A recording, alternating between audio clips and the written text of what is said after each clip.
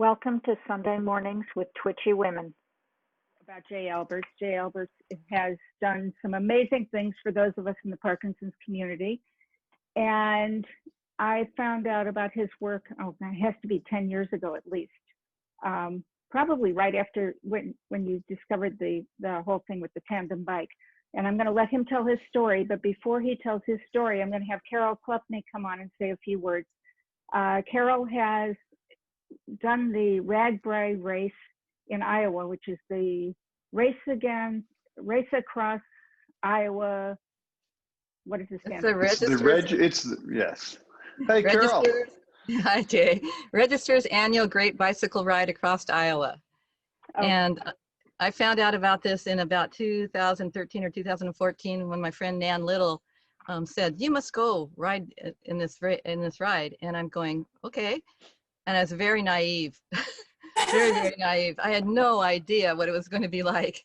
But my husband and I, we managed, and we've gone 4 times now. We've ridden with the Pedaling for Parkinson's group. It amazes me that Jay was able to do an observation of somebody that was having trouble riding their bicycle, put him on a tandem, and was able to create this whole research that has helped us so much. So I really appreciate that about Jay. It's just, I'm sure he'll talk about that and hear about that. One little anecdote is my husband and I are pretty slow riders, and we'd come in pretty much late. But one day we got out first, and we had the whole string of all the riders behind us because we were on a narrow road where there was a lot of traffic and everybody had to ride single file. And that was like my greatest triumph. I led the group. So Jay, thank you for all your good work, and we'll turn it back to you. Okay. So I'm not even going to look at read Jay's bio. I can send it to you later if you're interested. He works out of the Cleveland Clinic in Cleveland, Ohio. And he's doing research currently on the Peloton bike. So I've invited, we have a Facebook group for people with Parkies with Pelotons. And if you're interested, I will give you the information. I will send the information out and you can join us. We've got 120 people in that group so far. The Peloton has been my salvation since the gyms have all closed. And for the others who ride, I think it's the same for them too. And we all want to know how we can get involved in your studies. So I'm going to turn it over to you. I'm going to have to make Jay a co-host. So, oh, and I also want to welcome, we've got people from all over the place. And I've gotten a lot of responses to that. So I want to welcome all of you. I've got people from the UK. As I said, I've got them from all over the US. I think I have a few from Canada. And I would have to go back into the chat to see where else they're from. So we're going to have a good time. We're not riding bikes today, but we're hoping that sometime in the near future, Jay will lead those of us with Pelotons on a Peloton ride.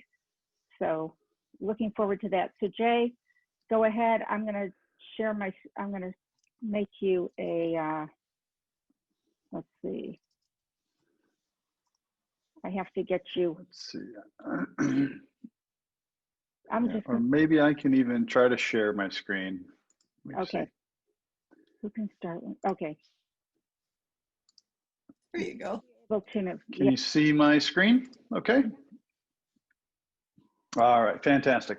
Well, hey, Sharon, thanks so much for inviting me here and to give a talk and share a little bit about the things that we've been doing with exercise and Parkinson's.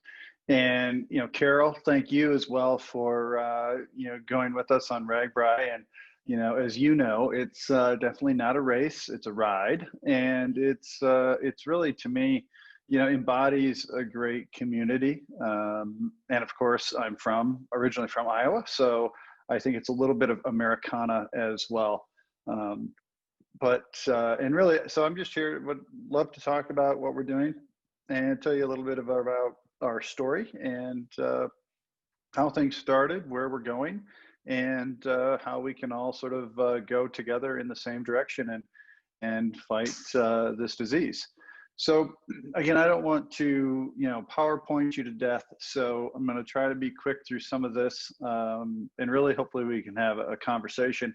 about things. And, I think these are some of the very important things that we need to think about from an exercise as medicine. We hear that a lot, but there is a question of, is it really exercise for medicine, is medicine in neurological populations? And so we're doing a lot of work to really understand that, in particular with respect to Parkinson's disease. And I think a very important thing is, and some of you probably have experienced it, is, some of the considerations to exercise prescription in neurological populations. Often someone is diagnosed with Parkinson's and the neurologist or someone says, yes, you should exercise. And the patient says, well, what should I do? And then it becomes very quiet after that. Well, anything you kind of like or want to do, right? And so I think if we really want to think about exercise as medicine, we really need to take a very, strong scientific approach to it and investigate it and treat it like medicine, like we would do with any new medication. And so that's really what we're trying to do here. And again, you guys have probably seen this, but I just want to give a really brief, overview, and, think about, like, if this is the percentage of dopamine loss, right, in your putamen or part of, the basal ganglia. Normally, we have this yellow line over age. As we all age, if we all live to 125, we would eventually get Parkinson's. Something obviously has happened here to accelerate that loss of dopamine in Parkinson's disease, right? So this is the typical symptom onset, and one has already lost 70 to 80% of their dopamine. So our goal is, this is the traditional path of dopamine loss, right? After you've been diagnosed, it continues to be lost. Our goal is to change the slope of this line here, change it to make it look more like this. And maybe, if it's possible, not only change the direction of that slope or change the slope, but maybe change the direction a bit, or at least level it off. That's really my fundamental goal and my major passion in life. So again, we've all seen this, the classic clinical manifestations of Parkinson's, and the 4 cardinal symptoms. And, our data suggests that all of these symptoms pretty much respond pretty well to exercise. And I also want to tell you that, we think about exercise and we think about the, things that we're doing are novel and innovative. However, that's not exactly true. So in 1892, Charcot is considered by many the father of neurology. He was a French neurologist. And he made an observation that when someone was coming to their appointment and they had like a rough buggy ride, horse and buggy ride, that they seemed to feel better. And so he had this idea that, it must be some vibration that is making patients better. So he developed this vibration chair that fundamentally moved people around. Now, he also was a very clever guy, and he realized that, well, not everybody is going to be able to come to his clinic, so let's do a home version. And so this was the home version that you put on your head, and it jiggled your head around. And the idea was that it was supposed to help with Parkinson's symptoms. So, it's not quite exercise, but it's still this concept, right? He thought about this in that way. Turns out it wasn't actually effective. And then there was a very interesting study in the 80s or late 80s, early 90s, where Chris Getz replicated this device and chair and brought people through it, and it didn't actually improve anything. So again, the concept of exercise is there as medicine, but we have to keep refining to understand what's going on. And this really brings us to, the question of, is it pie or pedaling? And so in 2003, I rode a tandem bike across the state of Iowa. So this is me, a little younger. And this is the initial that we had. And so this is Kathy Frazier. a Parkinson's patient from Atlanta, and this is her husband, Ralph. So Ralph and I were good friends, and we're friends with Kathy as well. And we said, oh, well, Kathy said, I want to spend more time with Ralph, which, was her husband. And we were all like, why do you want to spend more time with Ralph? But anyway, she did. And so I said, well, we should go to Iowa and ride across the state of Iowa on bikes. And, everyone is at a holiday or Christmas party. And there may have been some cocktails being enjoyed before that. So everyone thought it was a great idea. And then Ralph and Kathy didn't spend much time on the tandem before RAGBRAI.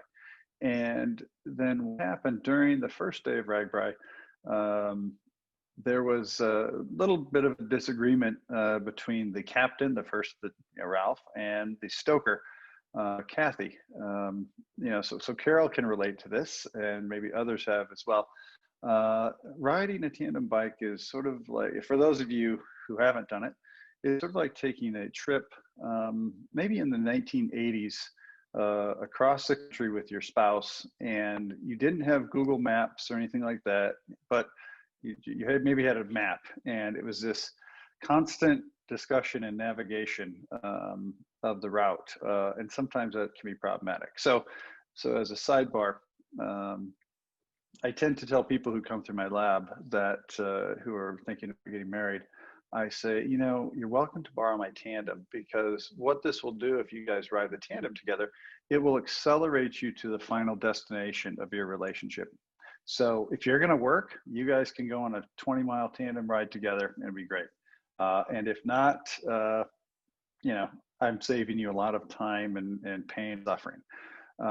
So Ralph and Kathy, again, the first day had some troubles, and I said, hey, Kathy, why don't I ride with you for the rest of the week or the rest of the day, and then we'll regroup.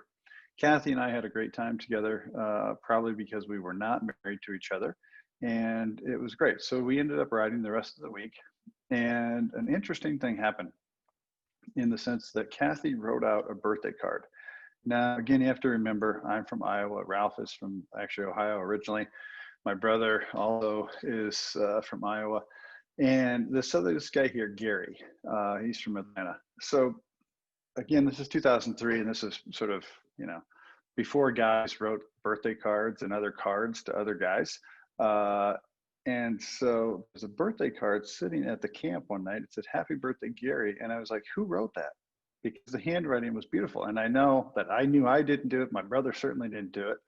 And Ralph didn't do it. So Kathy said, I did. Isn't it amazing? And it was amazing because Kathy had micrographia, which some of you may know of or experience yourself, was this small, illegible writing. And so this card, however, looked beautiful, and she had a fantastic handwriting. And so it was like, wow, what's happening here? And so I thought, we're in Atlanta, or normally we're in Atlanta, but now we're in Iowa. It must be the pie. We eat a lot of pie and ice cream throughout the ride. And so maybe that's what's going on.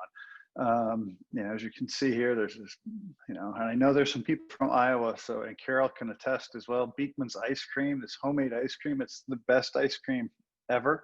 We also have great sweet corn, and this is my family. So from 2003 to then last year, we did it again. We've done it every year since. And so they honored us. This was Pedaling for Parkinson's and Davis Phinney Day. And so we had kits that looked like Evel Knievel, because I think, part of it is that Evel Knievel was a little bit brave and a little bit dumb. And I think to do this ride, especially a Parkinson's patient, you have to be a little bit brave and a little bit crazy. And so we did that, and it's been great ever since. And so it was really during that I found it was, really evident that something is going on, that clearly it's not just pie. There must be something to the pedaling. So that's really where we started. We had, again, Kathy, myself, 2003. Then we did our first initial clinical trial or preliminary study. And then our clinical trial that we did in the laboratory. And then I'll talk a little bit more about the current trial with the Peloton. So again, I don't want to spend a lot of time on what's going on from a mechanism perspective, but I do just want to show what I think is an important component here to which really maps onto the exercise prescription that we're looking at or we're testing in our study. So again, we used to call everything forced exercise because patients were on a tandem or we had a motor driven. But I think now what we find is that it really isn't necessarily forced per se, it's really the high rate, the high pedaling rate. And so what happens when you pedal at a high rate or high cadence is that you have feedback within, you know, your periphery that goes to your brain. And the idea here is that when you have this feedback, if it's fast, then you have an increase in the quantity of information going back to your brain.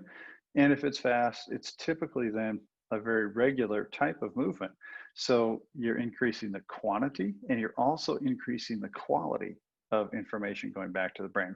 And it's this quantity and quality that is potentially changing or improving the neural responses. So that's where we, again, talk about these neurotrophic factors, right? Which are essentially proteins. So if you think about it, anyone who's done any training or tried to do weightlifting or their children or grandchildren have, you talk about, oh, okay, I need to have some protein drinks to make sure I build muscle, right? So fundamentally, these proteins in the brain, and they can do repair, they can help repair, or they even in some cases can help facilitate the growth of new cells, so this neurogenesis. So that's really what we're sort of looking at here in terms of the general idea or the sort of hypothesis of, or the mechanism of action.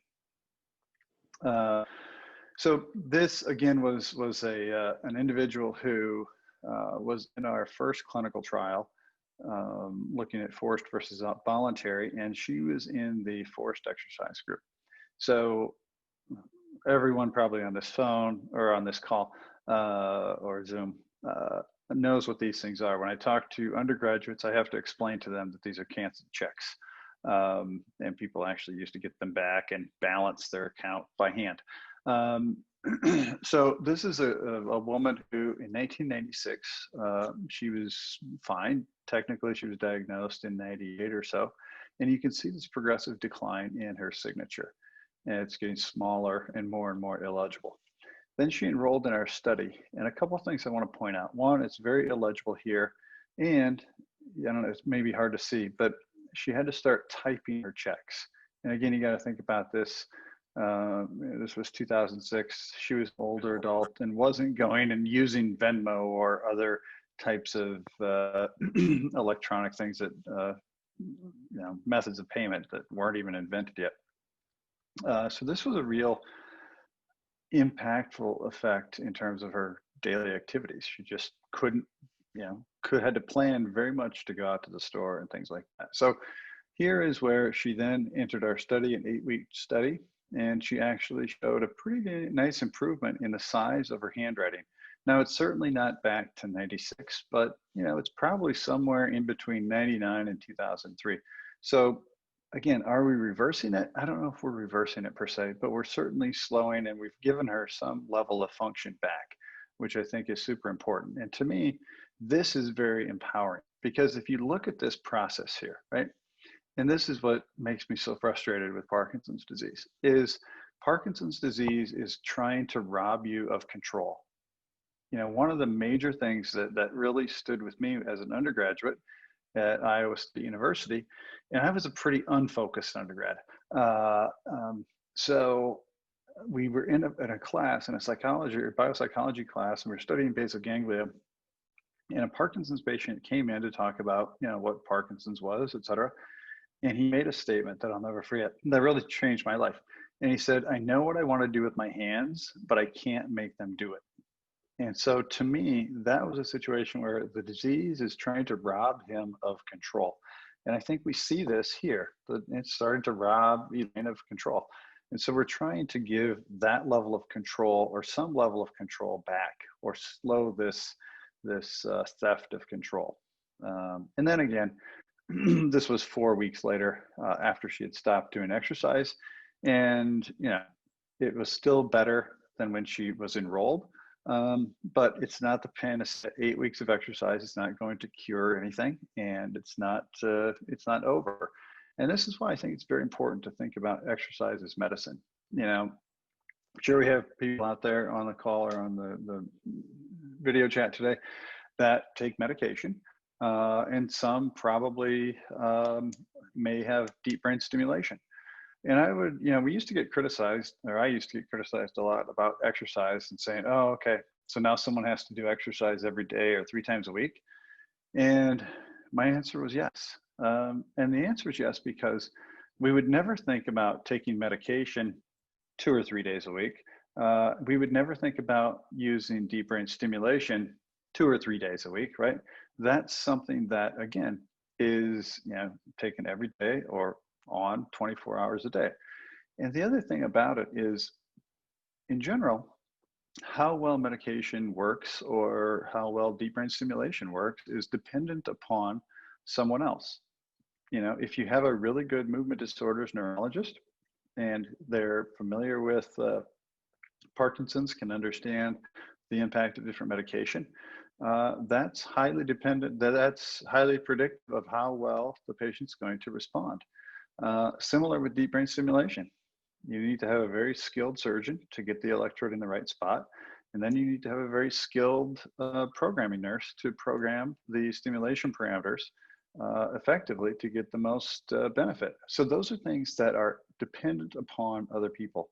And I'm not saying we shouldn't be dependent upon other people, because we have to, but I think this is the interesting thing about exercise is it allows you to take a very active role in your treatment, and it gives you that level of control, which I think is exceedingly empowering, to know that you still have control and that you're exerting some level of control over this disease.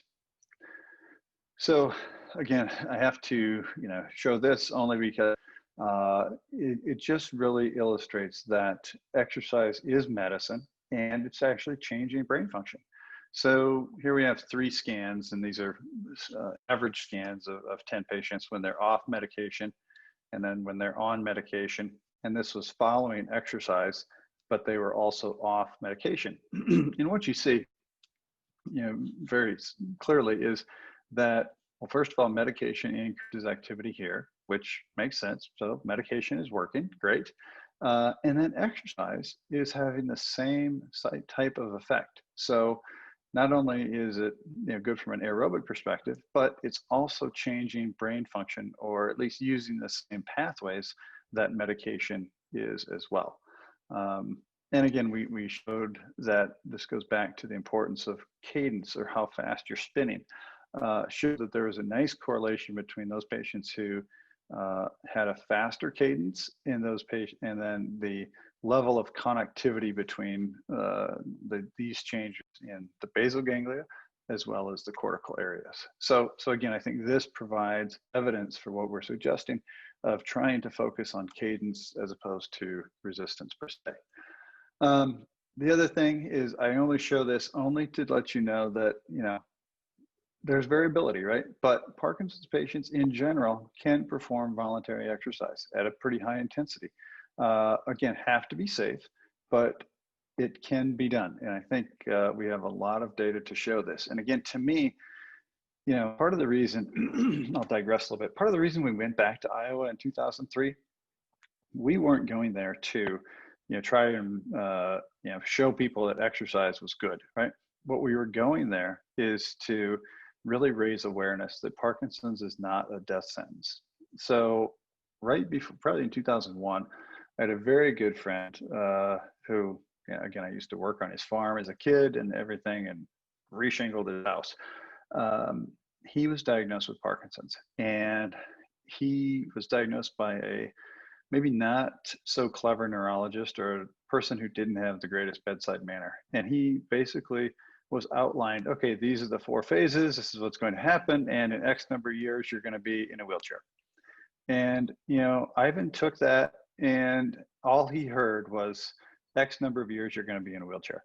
And so he sat in his chair, and the disease took its toll, and it took its toll in a very fast manner.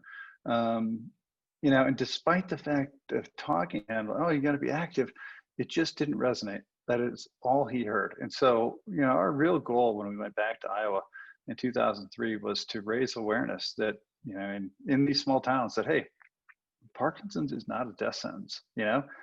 There's the cards that we have been dealt, and we're going to have to fight it. We're going to have to figure it out. And, if we can cheat in that card game as much as we can, that's fine. If we can find an ace anywhere we can, we should do it. So that's really, really where we were and what we were trying to accomplish there. So, is exercise medicine? Yeah, this type of exercise is medicine. This is actually my brother, individual with Parkinson's from New York a number of years ago. This is exercise. This type of exercise, you'll notice, this is my son. And where are his feet? Even though he's riding with me, he's not really doing any work. Now, he was young, now 6 foot. So, but at the time, I think he was 3 years old. So this is not exercise. So we can't just let our legs get either wheeled around or brought down the road. We have to be active in terms of the exercise. So if exercise is medicine, what stops neurologists from prescribing it and prescribing it as we would with real medication? I think there are some gaps, and this is what we need to look at and how we're trying to change it. We need to make sure that exercise is treated like levodopa or DBS, right? And we as scientists have to bring an effective exercise prescription through data and science to the neurologists who are seeing patients. And so that's our job, and that's really what I see my job as being with this current exercise trial that we're conducting, and our other previous work as well. And then the other part is bringing the intervention to the patient. So in our very first study, a lot of patients came through and they said, "Wow, I feel so much better. This is great, doc. Now what?"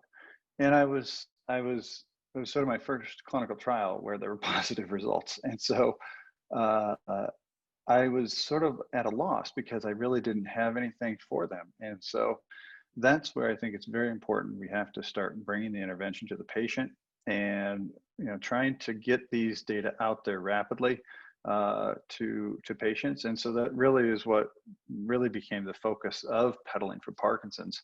And, this is a map of, it's a little bit out of date, but I think we have like 155 Parkinson's sites, Pedaling for Parkinson's sites across the US that are community-based. Now, obviously with COVID, those were heavily impacted, but what I can tell you is we've done a clinical trial, preliminary trial with some sites in Denver and also in the Seattle area. And, I spent a lot of time at those sites. And it used to be, all about, exercise, train through it, work as hard as you can, et cetera.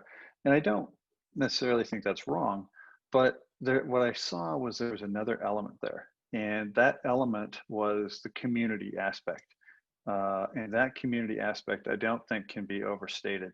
And I'm not sure how we measure it exactly, but I know that they developed a fantastic bond there between the different participants. And I think it's fantastic. So, that's something that we're really trying to continue on and build upon.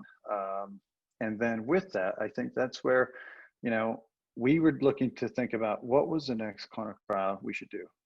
Can we do a year-long Pedaling for Parkinson's program? The challenge with that is trying to find neurologists or people to go to each of these sites and do the evaluations, right? To evaluate how someone is changing over time.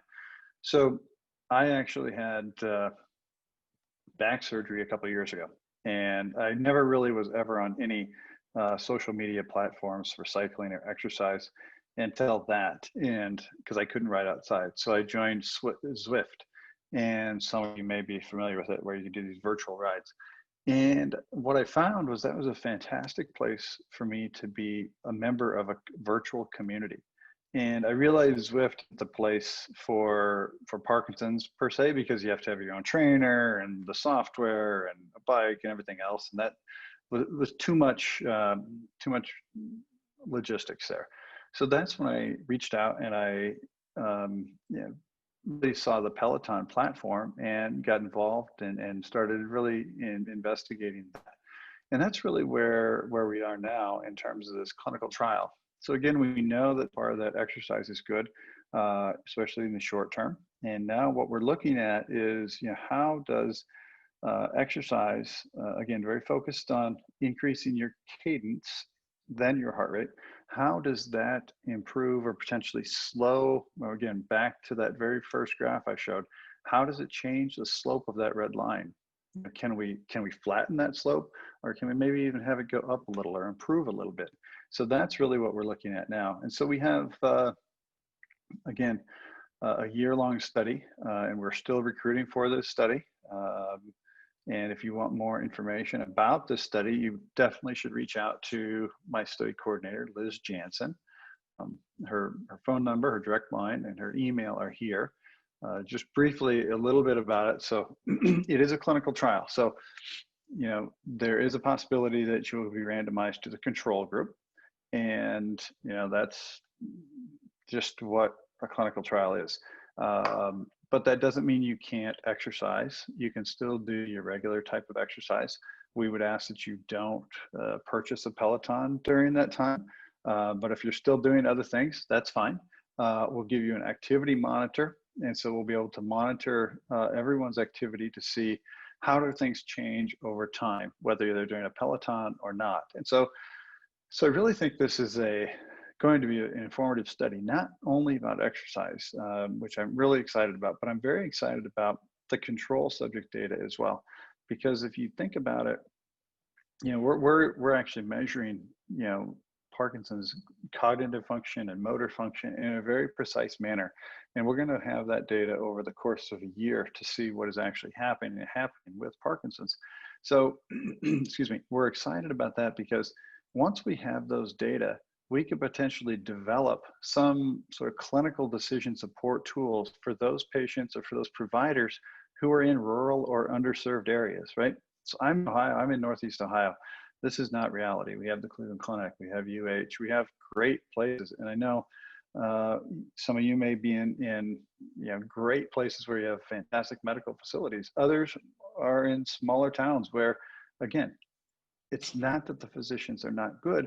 It's just that it's a matter of expertise, right? I have a very good friend who's in Orange City, Iowa. He sees a couple of Parkinson's patients throughout the year, then he'll see kids who have a high ankle sprain. So it's a very different way to practice medicine. And so we're hoping what we can do is take this data and really develop some clinical decision support tools to help those patients who are being served in rural or underserved areas. So a little bit, some of you probably have way more experience with the Peloton platform than I do. So you can give me some tips as well. But these are just some general tips that we've come across over the course of 9 to 12 months into this study. I think the beginner and the low impact class is a great place to start. The Welcome to the Peloton program has like 20 or so beginner rides that, good familiarization with the instructors and the platform. And we also find that patients like different instructors, and then sometimes they also just want to just ride, and because they're don't want to get yelled at, or they don't like the music or whatever, and that's okay, right? I think that's the key. And the key is just that you continue to do it and that you take that control. And again, when given the choice between cadence and resistance, we would advocate that you prioritize cadence to, again, help the speed. Again, the speed will help increase the quality and the quantity of information going back to your brain, which then can potentially trigger those neurotrophic factors. So again, we would argue that we want to really take or choose speed to fight against the disease. So hopefully that wasn't too long in terms of giving you a little bit of the overview of what we're doing. These are the people in my lab who really do all the work. And so I really appreciate the opportunity to chat here today. And Sharon, I'll sort of turn it back to you in terms of how you want to go from here. Okay. Kim has been keeping track of all the. Everybody can hear me. Kim has been keeping track of all of the questions in the chat. I just have a couple of comments to make, and I want to thank you. It was very, very informational. It was very good. When you were talking about Charcot and the vibrations, we went on safari in Africa about 7 years ago, and we were in Tanzania. And after a couple of days, I noticed that we were out in a Jeep every day on rough roads and constant vibration, and I was feeling better. We all noticed a difference. Huh. So, we were with another couple and everybody saw a difference. So yeah, the vibrations help. Maybe those vibrations. There you go. Yeah. I don't know. Some of you may have had a similar experience. I don't know. So let's turn it over to, I'm going to have Kim get on and she can start. She's been keeping track of the questions. There are a lot of questions for you. Carol, do you want me to Great. actually read the questions as opposed to having the member come on?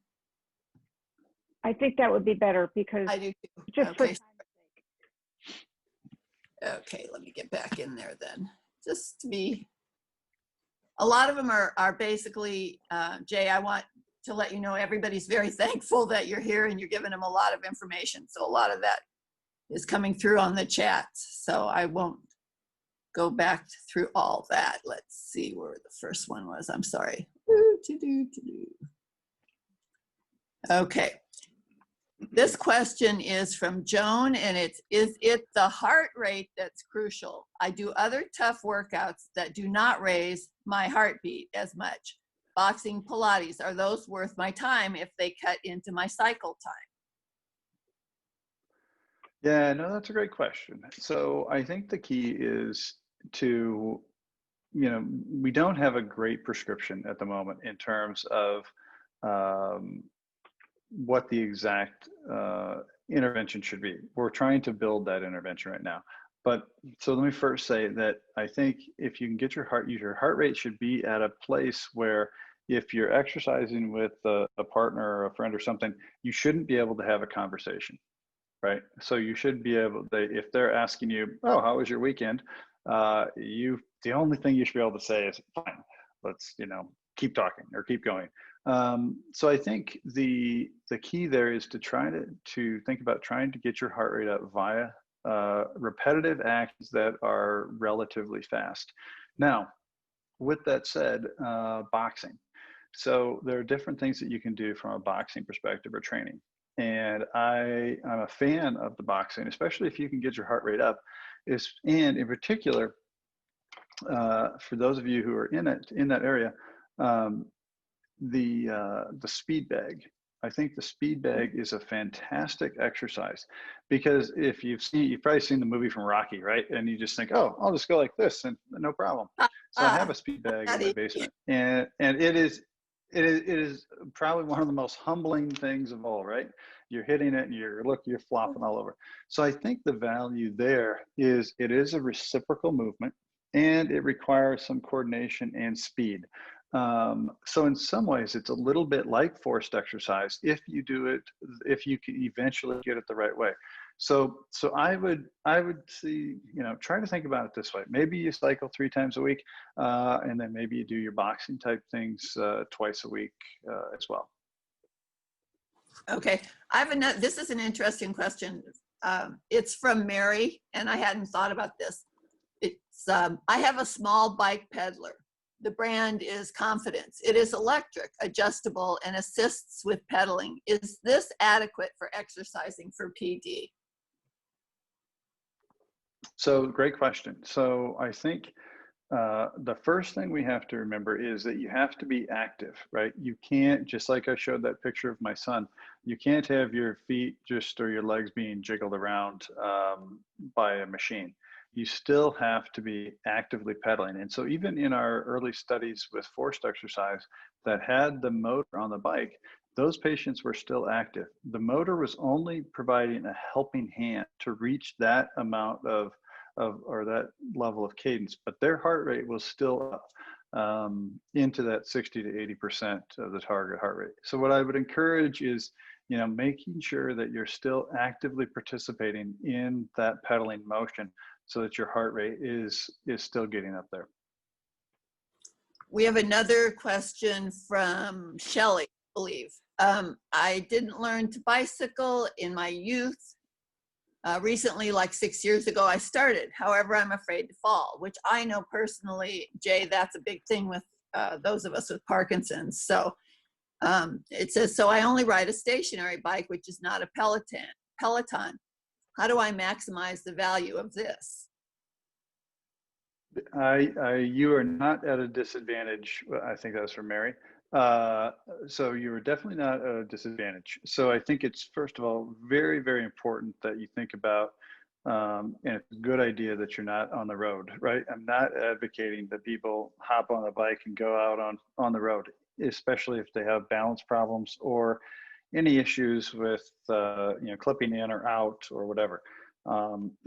So it doesn't matter if you have a Peloton or if you have something else, as long as you can change that resistance. And I would encourage you to, if it shows the cadence or the speed of the RPMs or your pedaling, I would encourage you to monitor that as well. If it doesn't have that, that's okay. You can monitor that in your head, right?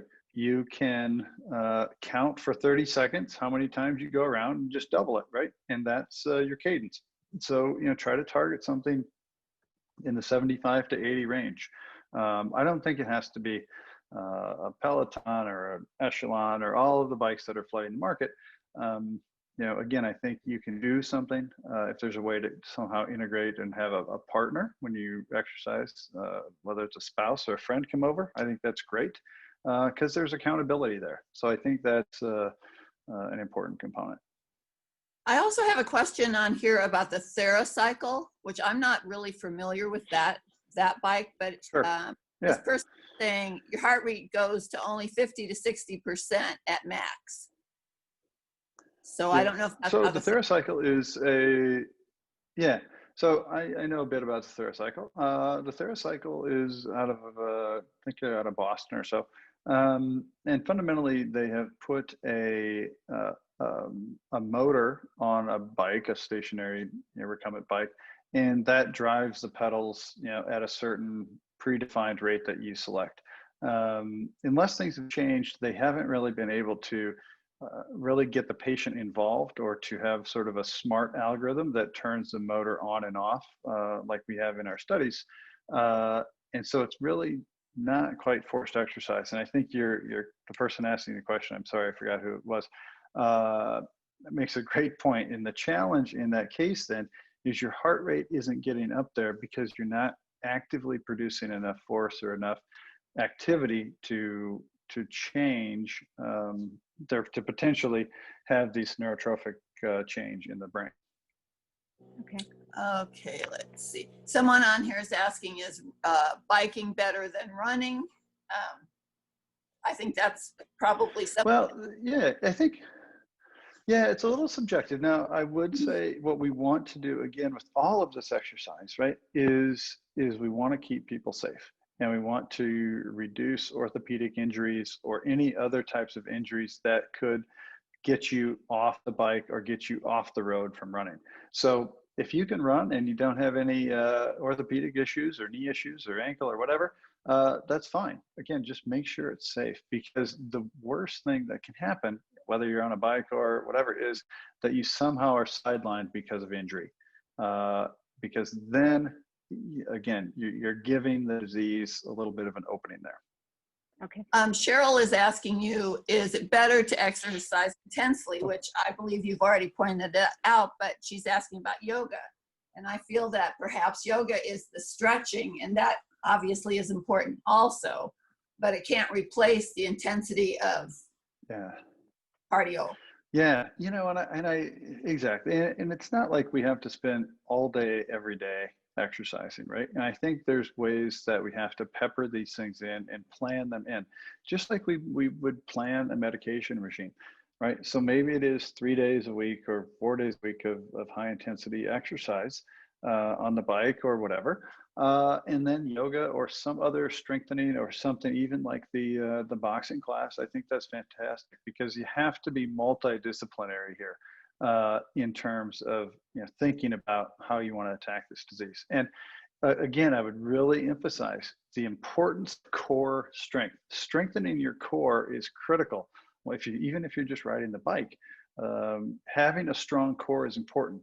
Having a strong core is very important in terms of mobility in your bed, turning around, getting up, and things like that, and making sure that you're doing it the right way. So, I speak from experience here because of my back surgery, and what I never really, I played college football, right? And I thought I knew how to train my abs, but I really didn't. And so I think abdominal stretching and strengthening via things like yoga is fantastic because it's a different mindset than my military, let's just do as many sit-ups as possible, right? It's a very different mindset, and that's not the best way to train your core.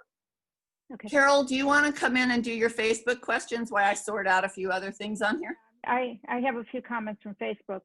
Sarah and Charlie from the UK, and I believe somebody else from the UK had asked it on Zoom, want to know if they can take part in your studies in the UK. And they are. That's a great question. Yeah. Oh, thanks. Yeah, would have them send me an email. Let's figure out we could probably figure something out because we have a Cleveland clinic that will be opening up in London very soon, and we could have some collaboration there. So if you just want to send me an email, and I put it in the chat, it's Albert J, letter J, at ccf.org, and I'd be happy to chat with. Okay. A couple of others. Louise Mitchell asked if you ever see exercise taking over for the meds. And for those of us who have not learned how to do the heart rate, can you explain, knowing everybody's is different? I know mine gets high quickly. Sure. So do I think it will ever take over for meds? I'm not sure. I don't think so. I don't think it's the panacea. I think maybe in some cases we might be able to delay meds, or we could have a reduction in meds, which I think is probably a good thing. I really see them as working together. I don't think anyone thinks it should be all meds or all exercise or all BBS. That we have to be thinking about everything we can throw at this disease to fight it and to get that control back. In terms of heart rate, heart rate is a quite variable response, right? So it can be different based on the amount of sleep you've had, the amount of caffeine you've had.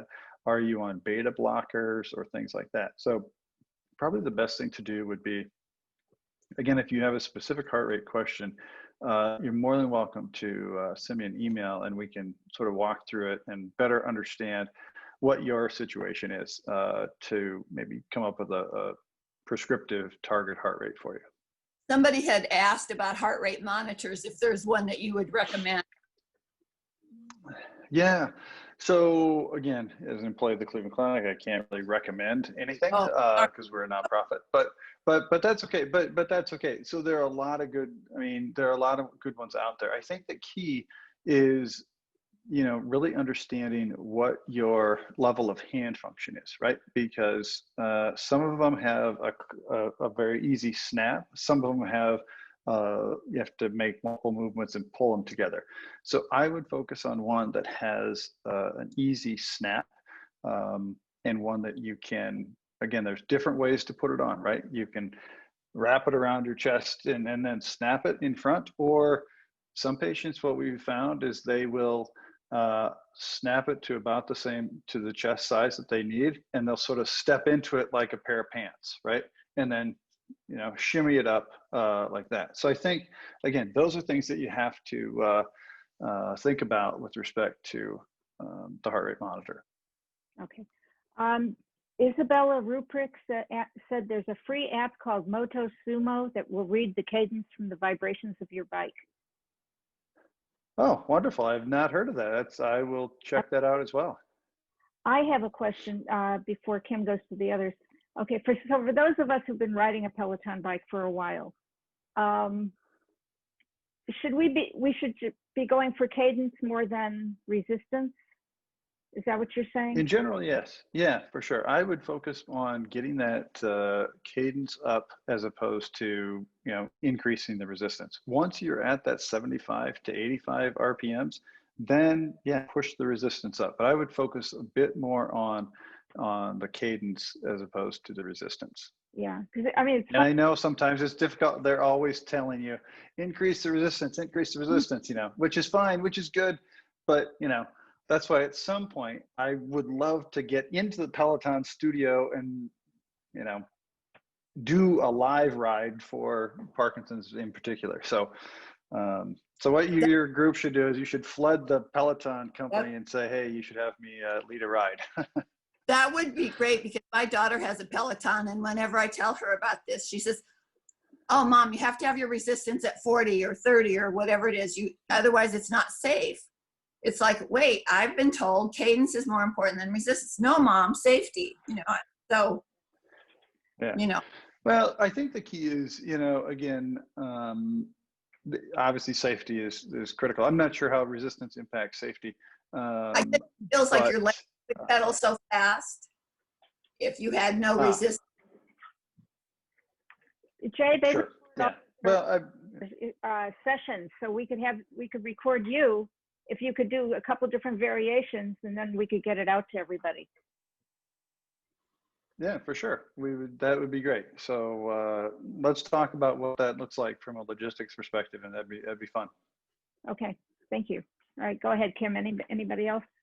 I have, Naomi is asking, have you spoke to or worked with Dr. Petzinger from USC, who is doing an 18-month study with Parkinson's and exercise?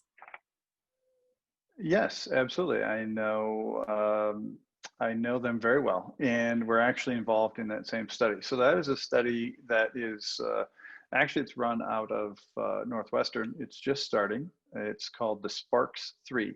So the Sparks 3 study is primarily focused, it will use a treadmill, but it's primarily focused on high intensity exercise for those in aerobic exercise, for those patients who have not yet started medication. So this is a de novo group. And again, their goal is our goal in that study is the same as my study with the Peloton, which is, can we change the slope of that progression? And again, the idea is with that study that if we take patients who are newly diagnosed or de novo, maybe we have a better chance in terms of slowing the progression because potentially dopamine levels are not as low. So I'm involved in that study I think there's 23 different sites across the United States. So definitely if you hear about it, I would encourage people to sign up for that study because, I think the way we as scientists will inform clinicians are through studies like this that can, move this to actual exercise prescription. Okay. I don't remember where I saw this and who submitted it. I apologize. Someone asked about if a Peloton was covered by Medicare, and I can tell you from personal experience, Medicare does not cover the Peloton. So I apologize for not remembering who that question was. I also personally am asking, if I read correctly on this study, you have to come in and be in person 3 times, either in Cleveland or Utah. Is that correct? That is correct. Yeah. Okay. I just wanted to make sure. And we've had patients who, we've had patients come from all over. We've got some from Texas. We have some from Canada. We've got a lot. And so, it is a lot, and I fully appreciate that. So that's why I think, even everyone in the study, whether they're in the exercise group or the control group, they're really pioneers in terms of, really pushing this concept forward. And both groups are extremely important. Carol, I apologize because I've sort of lost my place. So if you see anything that you would like. Okay. Somebody just asked, I've got several people from London who want to talk to you. There's a whole group of them. Louise Mitchell asked if there's a blood test for dopamine levels or do you need a scan? And Deborah Harris asked about Peloton versus the elliptical. And Mark Alexander wants to know if you can participate in the study if you've had DBS. Right. So I'm actually just responding to Mark here. So in terms of, so in our study, we do not have patients doing a PET scan or the DAT scan. But in the Sparks trial, where we have in the de novo patients, those patients will undergo a DAT scan. Our study, we just didn't have the preliminary data and the sort of budget to handle those types of things. So we're doing other measures that could be used. Then the other question was around DBS. Unfortunately, DBS is exclusion criteria. Initially, we tried to include it, but NIH reviewers said, how will we determine the effects of exercise separate from changes in potential deep brain stimulation parameters? So unfortunately, it's an exclusion criteria, but just because you have DBS doesn't mean you shouldn't be doing the same types of exercise that we're talking about here. And at some point, Mark, you should send me an email because we're doing some other work around deep brain stimulation and with augmented reality and trying to select the optimal DBS parameters. So I'd love to chat more about that. Okay. Peloton versus the elliptical? Oh, yes, sorry.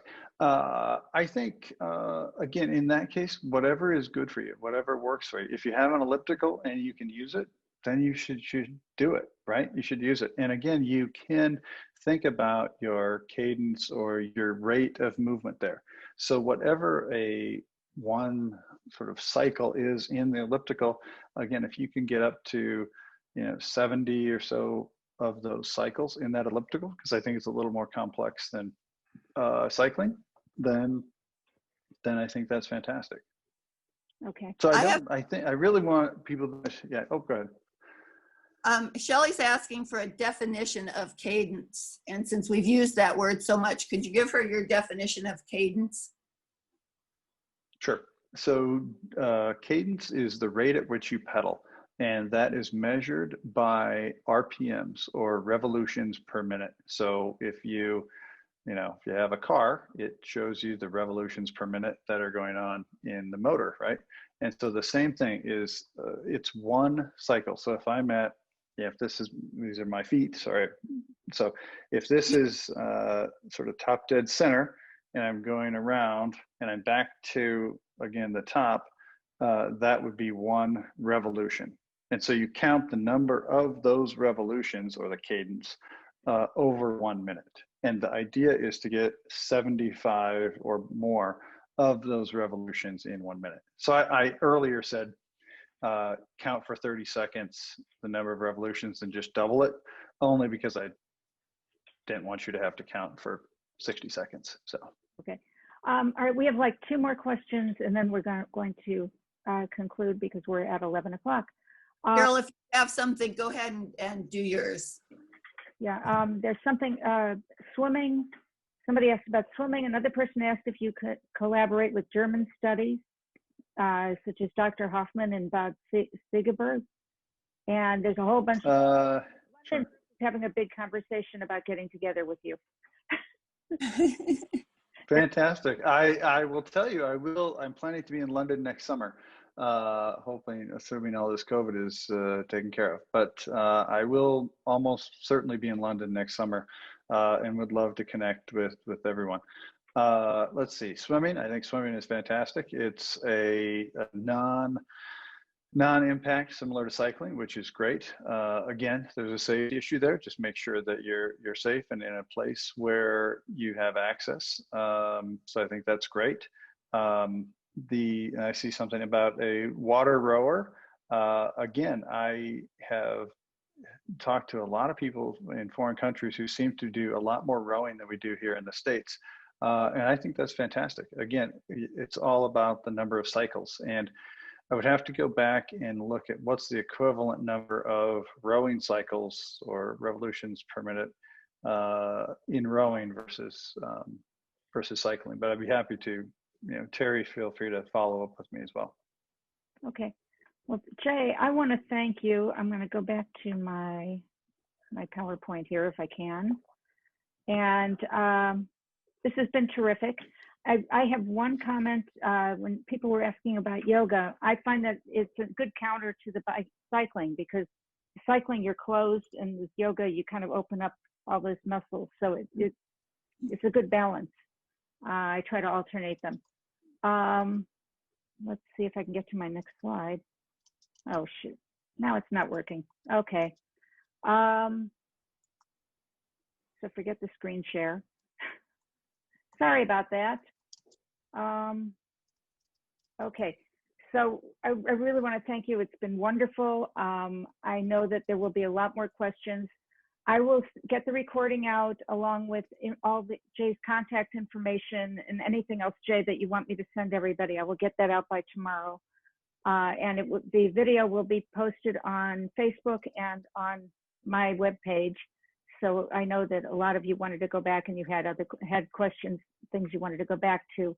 The slides, you can either take screenshots from the video, or you can send me the slides and I can attach those as well, however you want to do it. Sure, happy to send them. Okay, and normally we give a virtual tiara to our speakers, but you get a virtual crown as a thank you from our Parkinson's Divas.